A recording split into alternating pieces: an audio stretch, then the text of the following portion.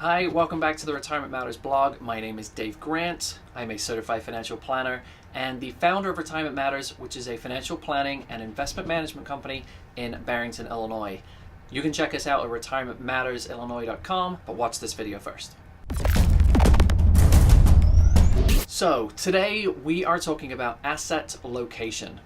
Now I'm sure you've heard about asset allocation, which is determining where you're going to invest all your money. Asset location is once you've done that, you now have to pick which account you're going to put it in. So specifically, what is asset location? You have three different types of accounts you can invest in. You've got a tax deferred account, which is like your traditional 401k or IRA.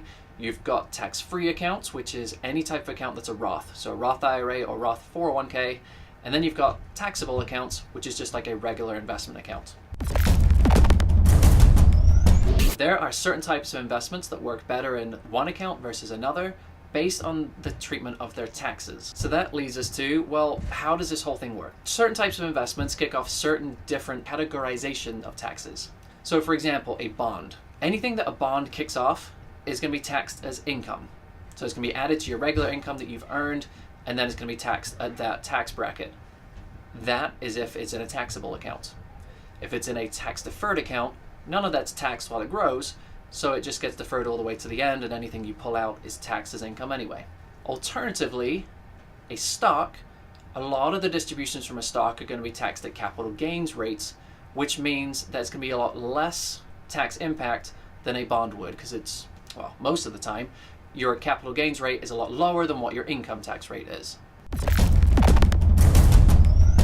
Now, with that being said, if you want to play some tax games, you'd want to have things that are taxed at your income rate be deferred or tax-free, and anything that's at a tax capital gains rate, you'd want that to be in a taxable account. So as it's taxed, it's just capital gains rates, and it's not being taxed at your income. So why is it important? Well, there's two main reasons.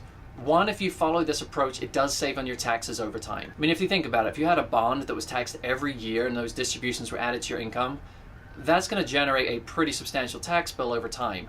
Whereas if you're able to defer it, you're going to be getting some savings there. In saving on your taxes and in doing asset location, you actually get a better rate of return overall because you're saving on taxes, which means that you're getting more of your money back in your investments, which over the longer period of time is meaning you get a better rate of return.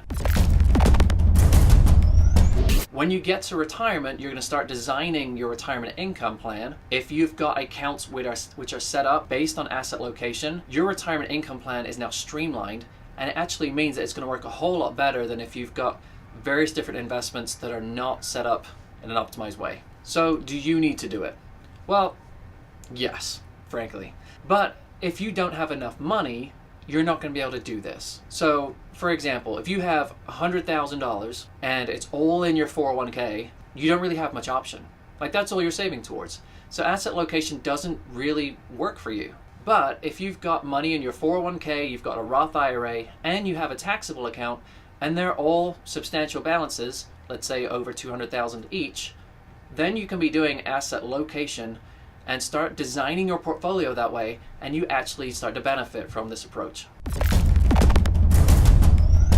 So to wrap things up, what should you be doing next?